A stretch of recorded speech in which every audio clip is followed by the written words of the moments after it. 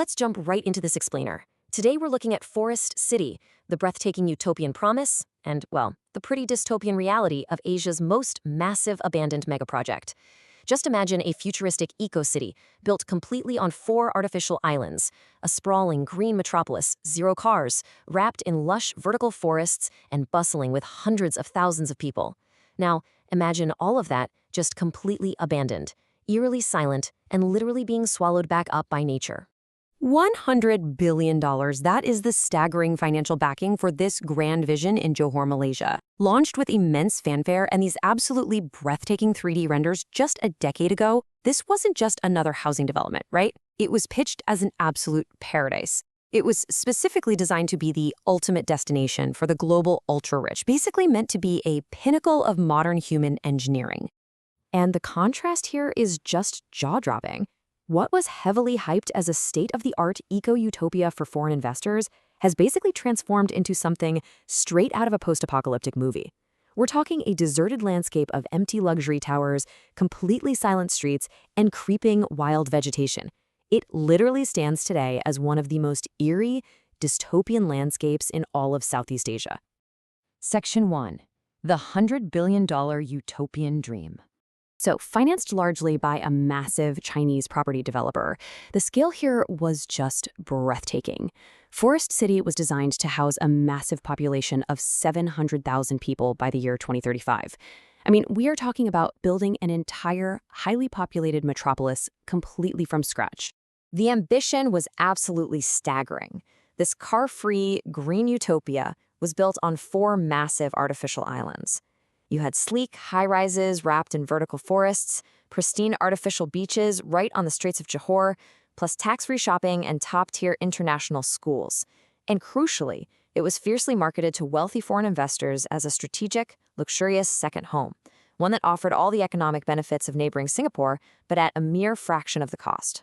Section 2. The eerie, empty reality. But if you visit this heavily hyped paradise today, you're definitely not going to find a bustling metropolis. Instead, walking through Forest City feels exactly like stepping onto the set of a post-apocalyptic movie. The atmosphere is incredibly haunting. The gap between that $100 billion dream and the eerie reality of the streets today is just jarring. The scale of the failure is monumental, as you can see here. A promised population of 700,000 is now just a few thousand. Those lush vertical forests, they've become wild, unkempt vegetation literally creeping over balconies and cracking the pristine pavement. And those gorgeous artificial beaches are completely deserted, now carrying signs warning you about crocodiles in the water. No joke. Section 3. Life inside empty luxury towers. Dozens of massive residential blocks stand completely empty. Seriously, imagine walking out at night, looking up at these massive, supposedly luxurious high-rises containing hundreds of apartments, and seeing a completely dark skyline. You might see, 3 or 4 lonely lights turned on in the whole building? It is an incredibly stark visual of a literal ghost city. And that isolation totally extends beyond the apartments, too. The sprawling duty-free shopping mall, which, was designed to be the vibrant beating heart of this global enclave, is completely silent. It's now just an echoing cavern of shuttered storefronts and empty hallways. The luxury lifestyle that was promised just never arrived to fill these cavernous spaces. Section 4. Why Forest City collapsed rapidly. So, how does this happen? Well, it wasn't a single catastrophic event, but rather a cascading 3-step perfect storm. Geopolitical shifts, economic crackdowns, and a global health crisis ultimately dismantled this $100 billion dream.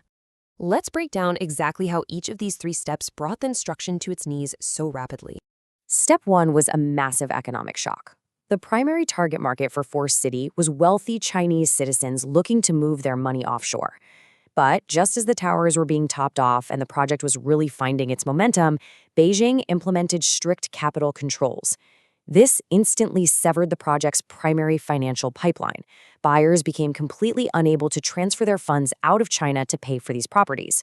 So the money just stopped flowing, pretty much overnight. Step 2 brought intense local friction. The project faced really heavy scrutiny from the Malaysian government.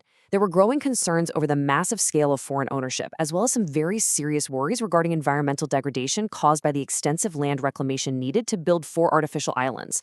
Ultimately, it was viewed as this exclusive enclave for wealthy foreigners that offered very little actual benefit to the local population. And finally, step 3.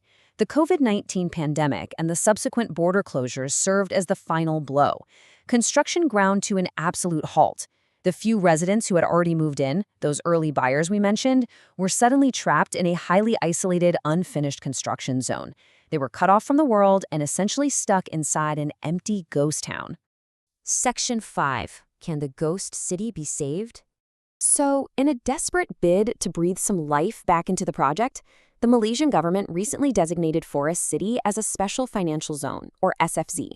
This means providing massive tax incentives and fast-track visas designed specifically to attract family offices and multinational corporations. The hope is that these incredible financial perks might just be enough to overcome the massive stigma of being Asia's largest ghost town.